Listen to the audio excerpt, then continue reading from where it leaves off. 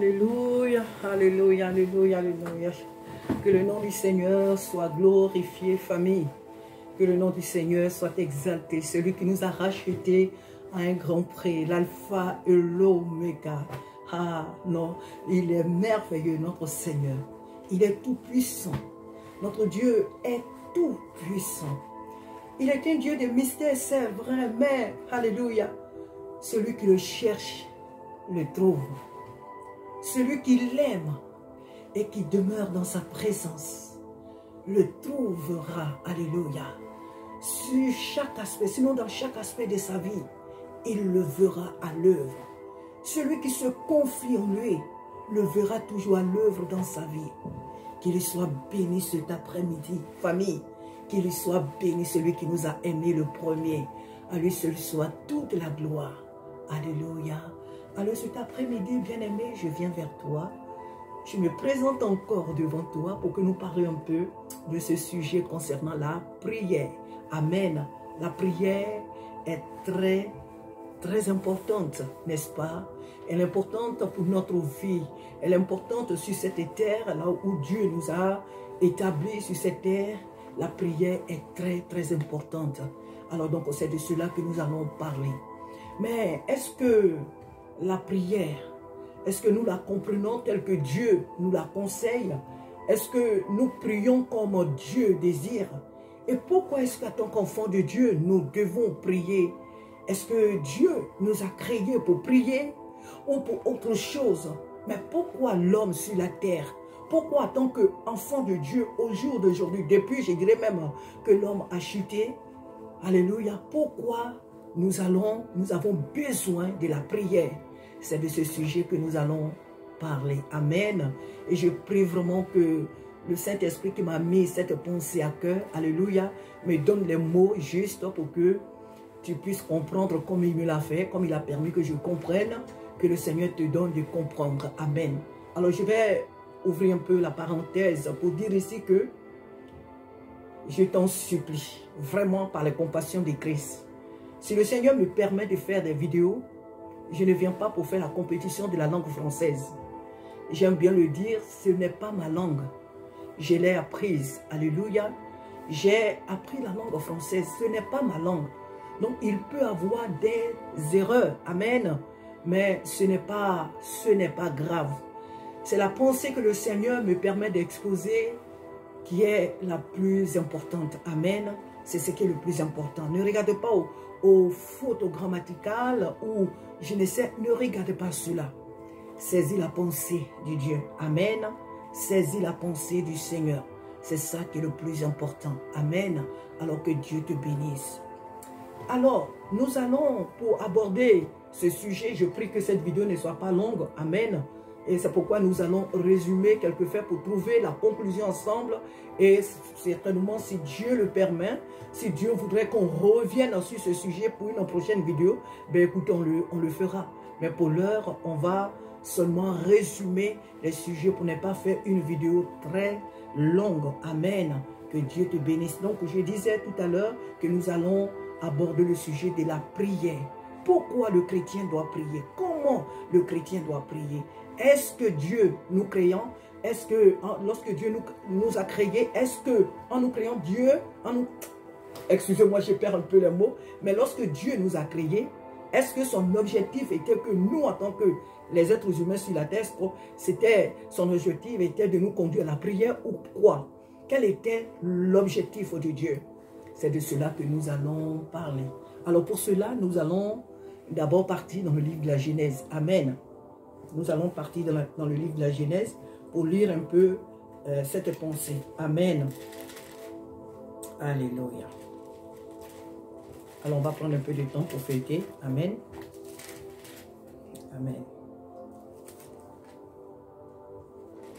Que le nom du Seigneur soit béni.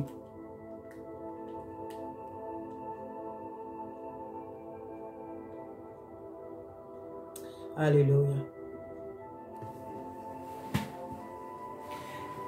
Alors, dans le livre de la Genèse, Amen, dans le chapitre 2, effectivement, la Bible dit que l'Éternel, je lis à partir du verset 7.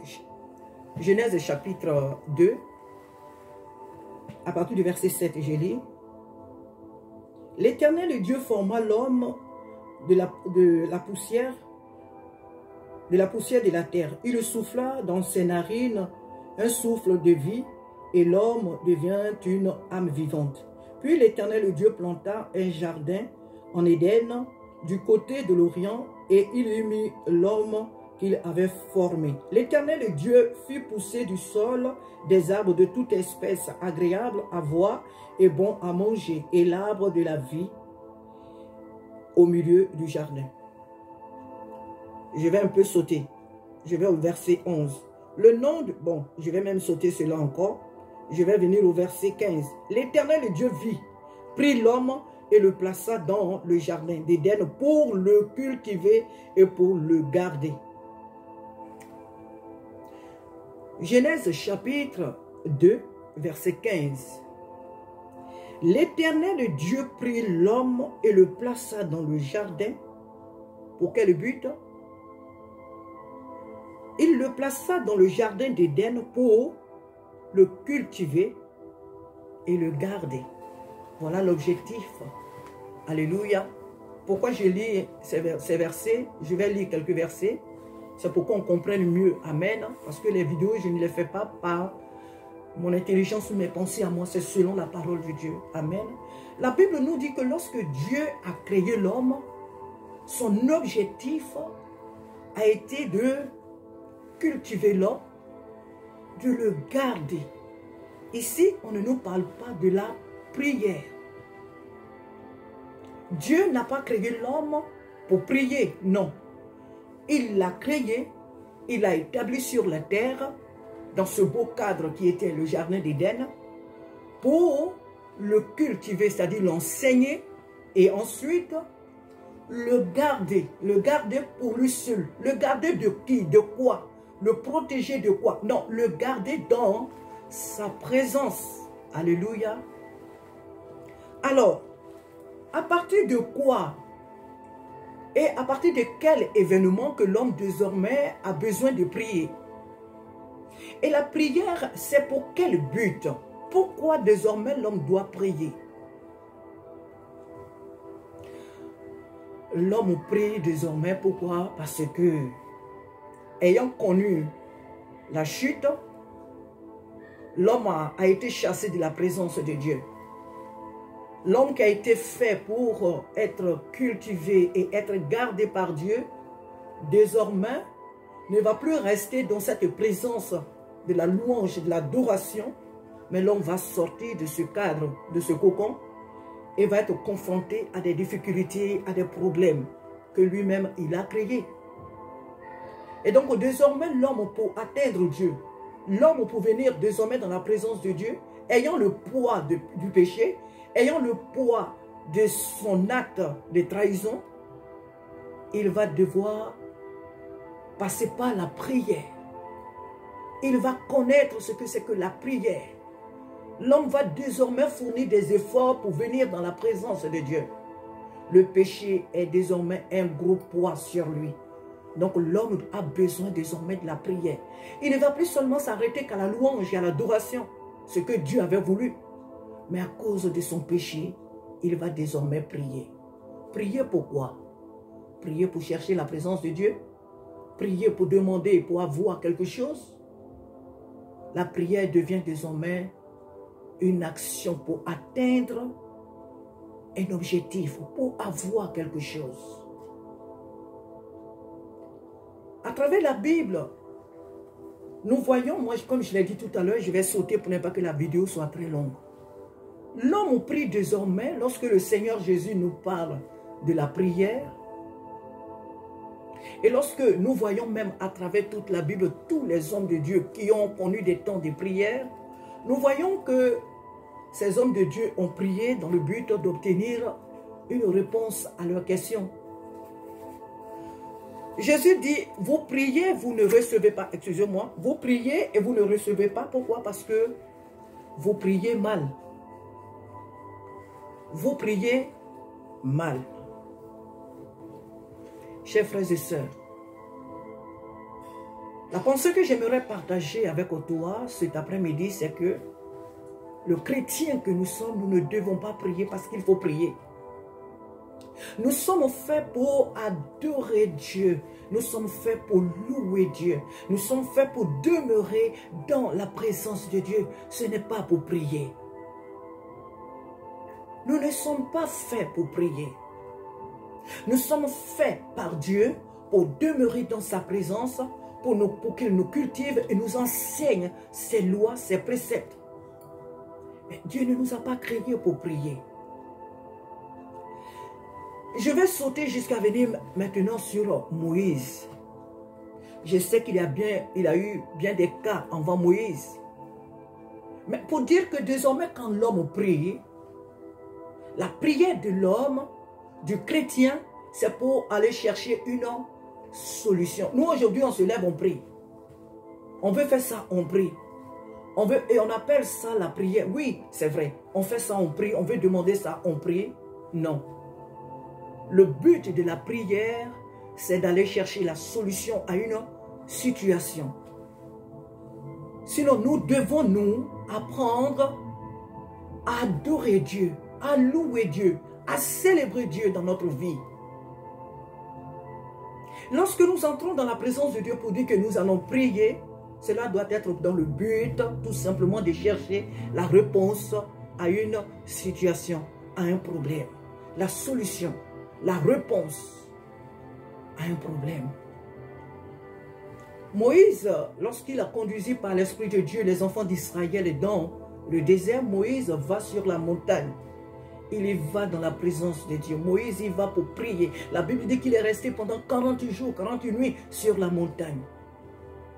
Quand Moïse descend de cette montagne, il y ressort avec des tables de la loi. Il ressort avec des préceptes qui allaient désormais conduire les enfants d'Israël. Comment ils allaient servir ce Dieu qui s'était révélé à eux. Moïse descend avec les tables de la loi. Alléluia. Lorsque le frère Néhémie apprend que son pays, les murailles de Jérusalem ont été détruites, j'ai dit bien que je vais sauter, il y a trop de cas. Il y a trop de cas dans la Bible. Mais lorsque Moïse, et plutôt Néhémie, entend que les murailles de Jérusalem ont été brûlées, Néhémie entre dans un temps de jeûne et de prière. Et lorsqu'il ressort de là, le cœur du roi dont il était le chanson est disposé à le laisser retourner dans son pays pour reconstruire les murailles de Jérusalem. Nous voyons encore que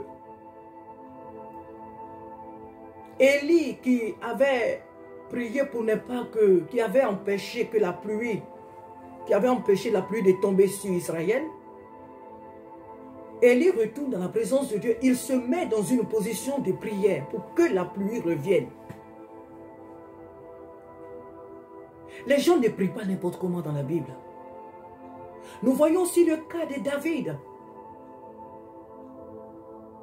Lorsqu'il a perdu son fils, nous savons que toute la vie de David a été une vie de louange et d'adoration, une vie de prière. Lorsque David va dans la présence de Dieu pour prier, avant d'aller en guerre, David reçoit la réponse de Dieu s'il doit partir ou non. Lorsqu'il avait son fils qu'il avait eu avec Bathsheba était malade, David entre en prière dans le jeûne. Et David reçoit la réponse de sa prière. Dieu lui dit que cet enfant ne vivra pas. Nous voyons aussi l'histoire d'Esther. Lorsque son peuple a été menacé d'exécution, Esther et son peuple vont entrer en prière durant 3 jours, 3 nuits, dans le jeûne et la prière. Dieu va apporter la solution à leurs problèmes. Nous allons voir Daniel. La Bible dit que Daniel va jeûner durant 21 jours. Dieu va envoyer son ange pour donner la réponse de ce que Daniel voulait savoir. Il y a trop de situations qui nous montrent à travers la Bible que lorsqu'un enfant de Dieu se dit qu'il va prier, il ne doit pas seulement aller parce qu'il faut aller. Il ne doit pas seulement dire que oui, je vais prier. On appelle ça la prière. Mais la prière d'un enfant de Dieu doit viser une situation. Voilà pourquoi Dieu nous dit quelque part que parmi les nations que nous habitons, des choses qui se passent, il cherche un homme qui va lever le mur de la prière, le mur de l'intercession, pour ne pas qu'il vienne détruire ce pays. Aujourd'hui, nous nous levons, on prie, nous nous levons, on prie, nous nous levons, on prie. On passe des temps de jeûne et de prières pour avoir de la nourriture, pour avoir un travail, pour avoir une maison. On passe des temps à prier, ce que Dieu ne nous a jamais dit, ce que le Seigneur ne nous a jamais conseillé. C'est dans quoi Jésus nous a dit, pour avoir à manger, il faut prier. Pour avoir un vêtement, il faut prier. Pour avoir un travail, il faut prier. Voilà des prières souvent que nous faisons qui n'ont pas souvent des solutions. Mais comme nous sommes ignorants de ce que c'est que la prière, alors c'est vrai, Dieu nous exauce quand on s'approche de lui et on demande ces choses. Mais lorsqu'un enfant de Dieu est obéissant à la parole de Dieu, ce sont des choses qu'il ne demande pas. Lorsque nous obéissons à la parole de Dieu, lorsque nous sommes en accord avec la parole de Dieu, on n'a pas besoin de prier, de faire des prières de combat par-ci, par-là. On n'a pas besoin de prier pour chercher ces choses. La prière, elle vient de Dieu. C'est Dieu qui ordonne que son serviteur ou sa servante prie. Lorsqu'il y a une situation, c'est Dieu qui te dit de venir dans sa présence parce qu'il veut agir. C'est Dieu qui suscite en nous la force, le désir d'entrer dans sa présence. Parce que toutes ces personnes que je viens de citer ne se sont pas levées comme ça. C'est le Saint-Esprit qui les a animées pour aller chercher la solution de ces situations difficiles qu'elles traversaient. Alléluia. Je vais un peu sauter pour venir sur Jésus dans le Nouveau Testament. Nous voyons que Jésus lui-même, lorsque il a été baptisé, Jésus entre dans le désert pendant 40 jours, 41 nuits, la Bible nous dit il a jeûné. Quand Jésus ressort de ce temps, qu'est-ce qu'il fait? C'est à partir de ce moment que Jésus va choisir ses disciples. Jésus va rentrer pleinement dans son ministère. Il était parti en prière pour un objectif. J'en passe, Jésus a jeûné, il a prié beaucoup pour beaucoup de situations que nous connaissons dans les évangiles. Les apôtres même vont entrer pendant des temps dans la prière. Et c'est dans cette prière qu'ils vont recevoir le baptême du Saint-Esprit. Donc la prière a un objectif.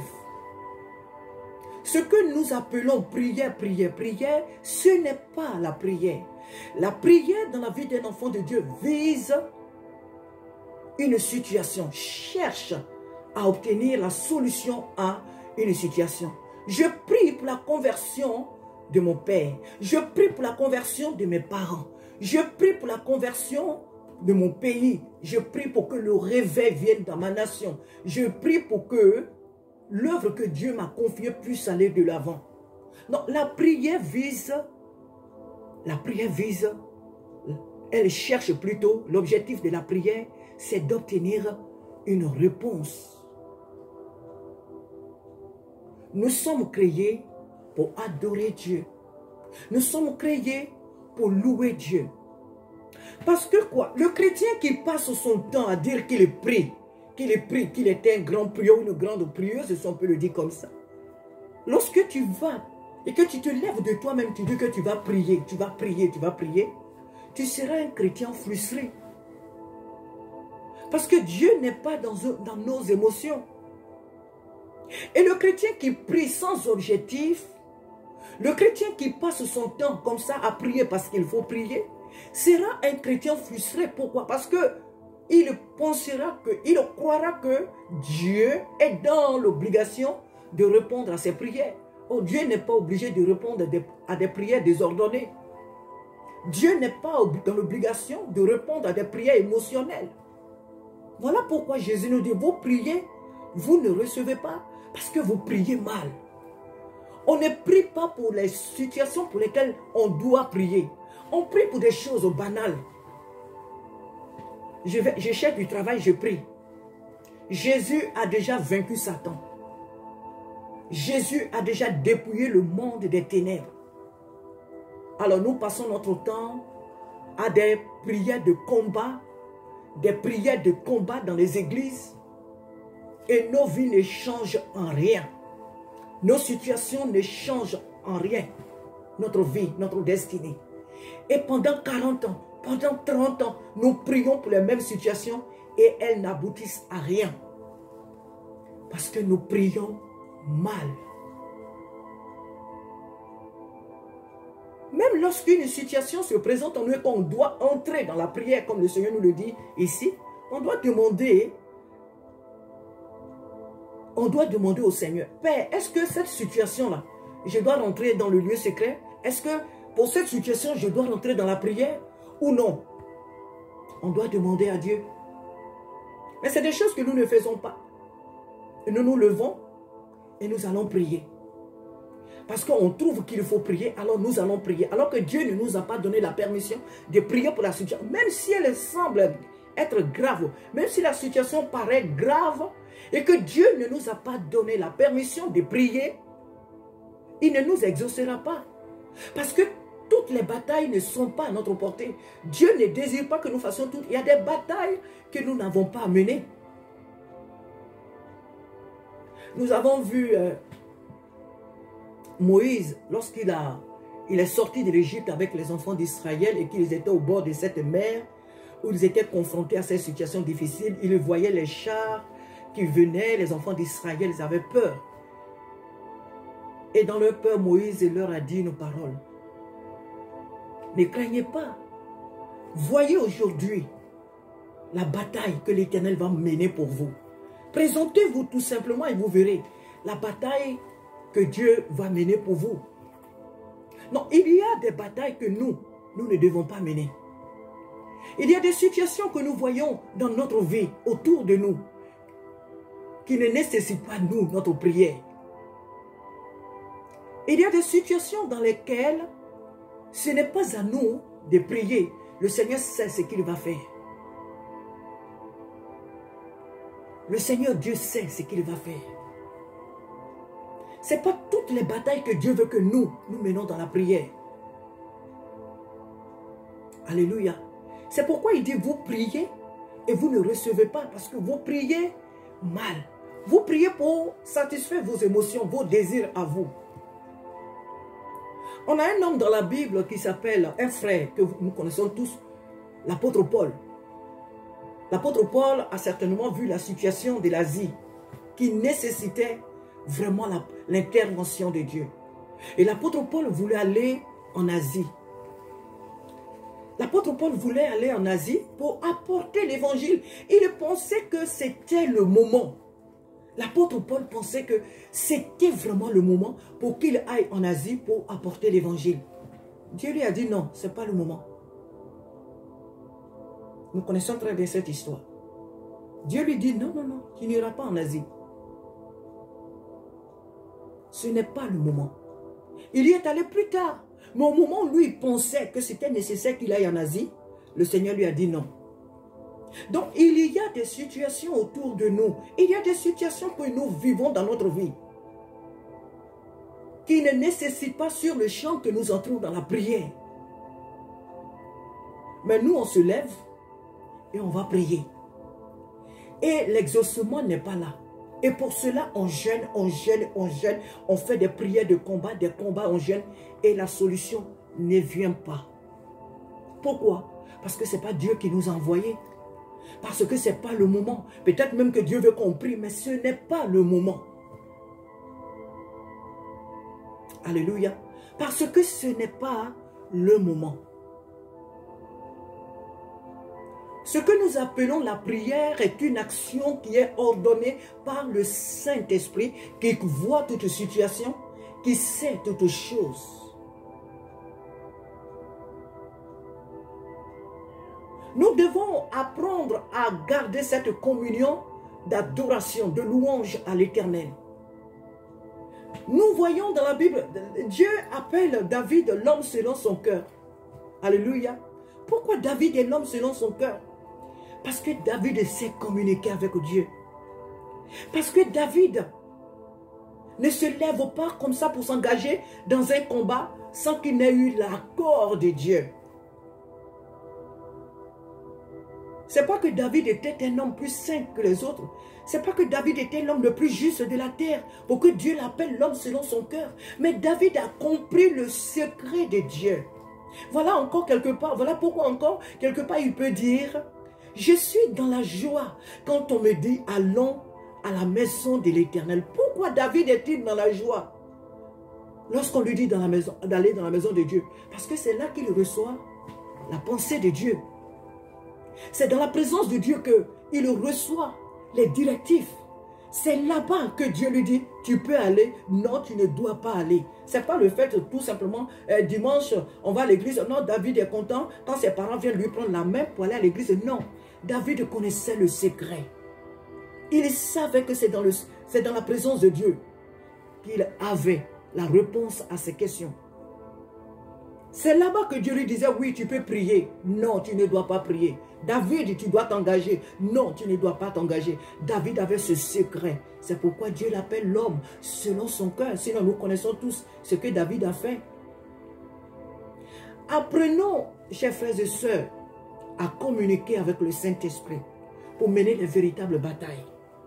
Pour mener les batailles selon le cœur de Dieu.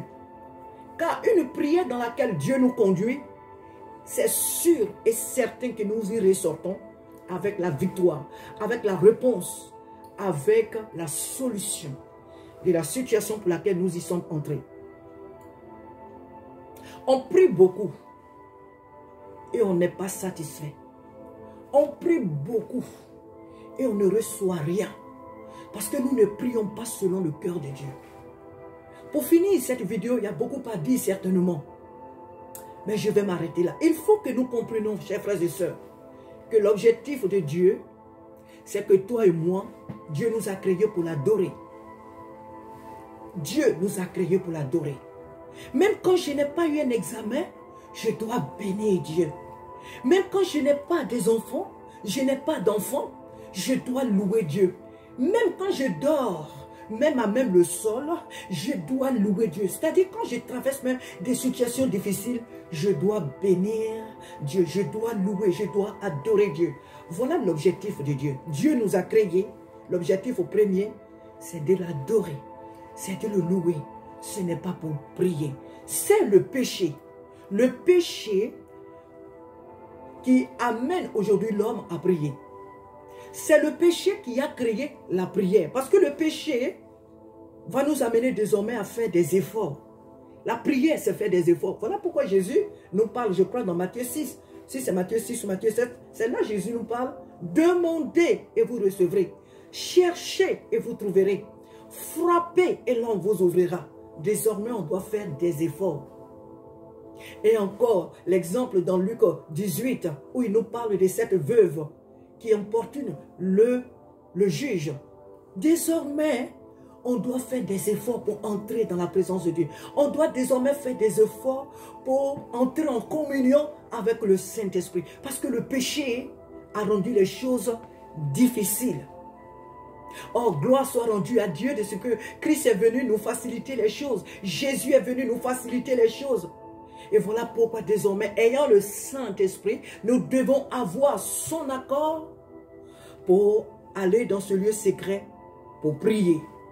Parce que prier, c'est chercher la solution à une situation difficile. C'est aller chercher la solution à une situation difficile. Dieu ne nous a jamais dit de prier pour chercher un travail, de prier pour trouver une maison. Jésus dit quoi? Il dit ces choses-là, ce sont les païens qui les cherchent. Et il nous dit, mais est-ce que les oiseaux du ciel, est-ce que ce que nous faisons, les oiseaux du ciel le font? Ils ne sèment ni ne moissonnent, les oiseaux du ciel ne prient pas pour manger. Mais Dieu leur donne à manger. Et nous qui avons été rachetés par le sang de l'agneau, nous qui avons été sauvés par le sang de l'agneau, on prie pour des choses élémentaires. On entre dans des temps de jeûne pour des choses comme ça. Je vais me marier, je dois prier. Dieu ne sait pas qu'il t'a créé là, que toi tu dois te marier. Dieu ne sait pas que toi tu dois manger. Dieu ne sait pas que tu dois travailler pour manger, que tu as besoin d'un toit. Quand on est en accord avec le Saint-Esprit, quand on vit dans la présence de Dieu, ça c'est des choses qu'on ne demande pas. C'est des choses qu'on ne demande pas. Parce que le Seigneur lui-même nous dit quelque part, je crois dans Josué et dans Deutéronome, il nous dit que si nous obéissons à sa parole, tout lieu que foulera la plante de nos pieds, il nous le donne. Il dit tout lieu que foulera la plante de nos pieds. Il n'a pas dit tout lieu où vous allez prier. Tout lieu où que nous soyons. Où que nous soyons. Ces lieux-là, il va nous les donner. D'abord, si nous obéissons à sa parole, si nous obéissons à ses commandements, c'est-à-dire que si nous honorons, si nous priorisons sa présence dans notre vie, tout lieu que foulera la plante de notre pied, il nous le donnera. Il dit qu'il va dépouiller des nations pour nous. Il va nous donner des territoires qui ne nous appartenaient pas. Il va nous donner possession, la possession des territoires qui n'étaient pas à nous. Voilà ce que Dieu nous a promis. Pourquoi aujourd'hui, toi et moi, on a besoin de prier pour avoir un travail? Pourquoi? Parce que nous ne savons pas ce que c'est que la prière. Et parce que tout simplement, nous ne sommes pas dans la présence de Dieu. Parce que nous ne sommes pas en accord avec le Saint-Esprit. Parce que nous n'obéissons pas à la parole de Dieu. Lorsque nous sommes en accord avec la parole de Dieu, lorsque nous obéissons à la parole de Dieu, ces choses-là, on ne les demande pas. Que Dieu nous aide à prier selon le cœur de Dieu, à prier selon l'ordre de Dieu. À travers toute la Bible, il y a beaucoup de personnes à travers la Bible que je n'ai pas citées. J'ai essayé de sauter des cas. Mais nous savons dans la Bible des personnes qui ont prié. Quand la Bible nous parle de la prière, de l'Ancien Testament jusqu'au Nouveau Testament, des personnes ont prié pour un objectif. Et quand elles se sont levées, Dieu a envoyé la solution. Pourquoi? Parce que c'est Dieu qui les a conduits. Donc, Dieu lui-même s'est vu dans l'obligation d'intervenir. Pourquoi? Parce que c'est lui qui les a conduits à prier. Alléluia. Jésus revient. Il dit, mon peuple périt par manque de connaissance. Mon peuple périt, pourquoi? Parce qu'il lui manque la connaissance.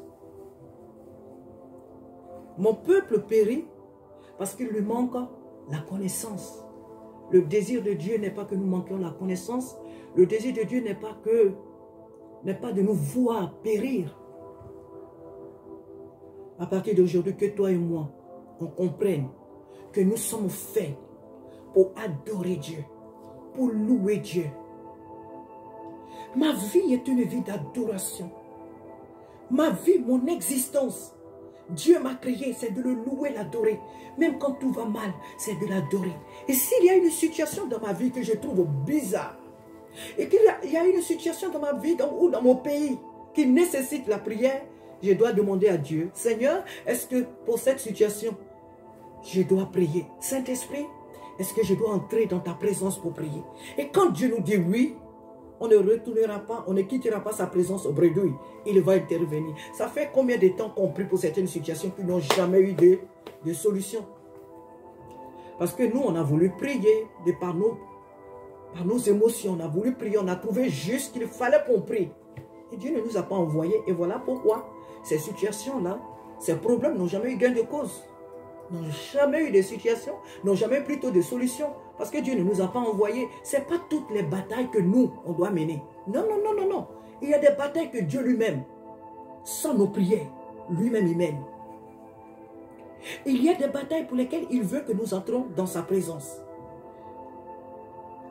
Alléluia.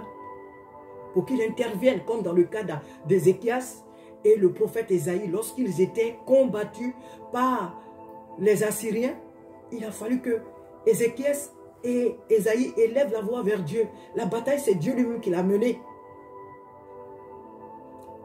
Ils ont prié et Dieu a intervenu. Ce n'est pas l'armée d'Israël qui s'est levée contre l'armée de la Syrie. C'est Dieu lui-même qui a intervenu. Face aux enfants de l'Égypte, l'armée de l'Égypte, face aux enfants d'Israël, c'est Dieu lui-même qui a intervenu. Les enfants d'Israël n'avaient pas besoin de mener cette bataille. Non, c'est Dieu lui-même.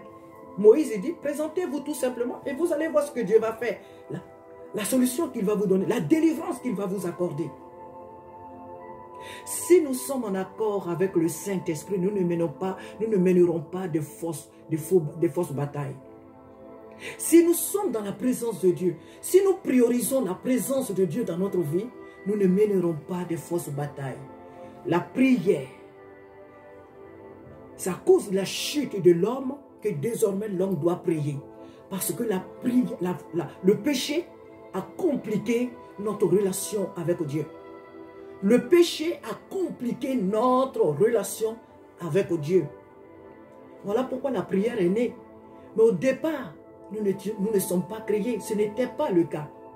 L'objectif de Dieu, c'était de nous quoi? De nous cultiver, de nous garder. C'est-à-dire de rester dans sa présence, de le contempler dans sa présence, de demeurer dans sa présence. On n'était pas fait pour la prière. Mais aujourd'hui, à cause du péché, nous devons prier. Nous bénissons Jésus-Christ de ce qu'il est venu, c'est vrai, par son esprit, nous faciliter les choses. Mais nous devons savoir que, étant toujours confrontés aux forces du mal sur cette terre, nous devons avoir l'accord du Seigneur pour parler de la prière. Car la prière est faite. Elle est faite pour obtenir la solution d'un problème. Pour aller chercher le résultat, la solution d'un problème. Alléluia, voilà pourquoi le Seigneur m'a permis vraiment de donner ces quelques exemples. Si le Seigneur permet que je revienne sur ce sujet, j'y reviendrai. Mais pour ma part, je pense qu'aujourd'hui, le Seigneur a dit au travers de ma petite bouche ce qu'il avait à nous dire. Je suis enseigné, je suis béni en apprenant ces choses. Et je sais que mon frère, ma soeur, tu es aussi béni. Que Dieu te bénisse. Ta vie n'est pas une vie de prière, c'est une vie de louange et d'adoration. Désormais, loue Dieu. Désormais, bénis Dieu. Désormais, célèbre Dieu comme les enfants d'Israël autour de Jéricho. Alléluia. Désormais, devant tes situations, bénis Dieu. Et si tu penses que tu dois rentrer dans la prière ou prière de combat, demande d'abord au Seigneur si cela est nécessaire. S'il faut que tu entres dans ce combat, dans la prière. Dans la prière. Sinon, si tu entres sans l'accord du Seigneur, cette situation, ça ne changera pas. Nous voyons dans nos églises, on fait des prières de combat. Si tu as des temps de veiller, on mène des prières de combat. On gesticule partout. Et on ressort de là avec les problèmes étant même multipliés. Prions avec sagesse. Prions avec l'accord du Saint-Esprit. Que le Saint-Esprit nous aide. Que le Seigneur t'aide. Qu'il m'aide, moi, qu'il t'aide à comprendre et à connaître le sens, l'objectif de la prière. Que Dieu te bénisse. Mes mots ont été faibles, certainement. Mais la Bible dit que peu de paroles suffisent à un sage pour comprendre. Et je sais que tu as compris. Que Dieu te bénisse. Amen. Que Dieu te bénisse, bien-aimé. Et on se dit à très bientôt. Alléluia. Sois béni. Amen.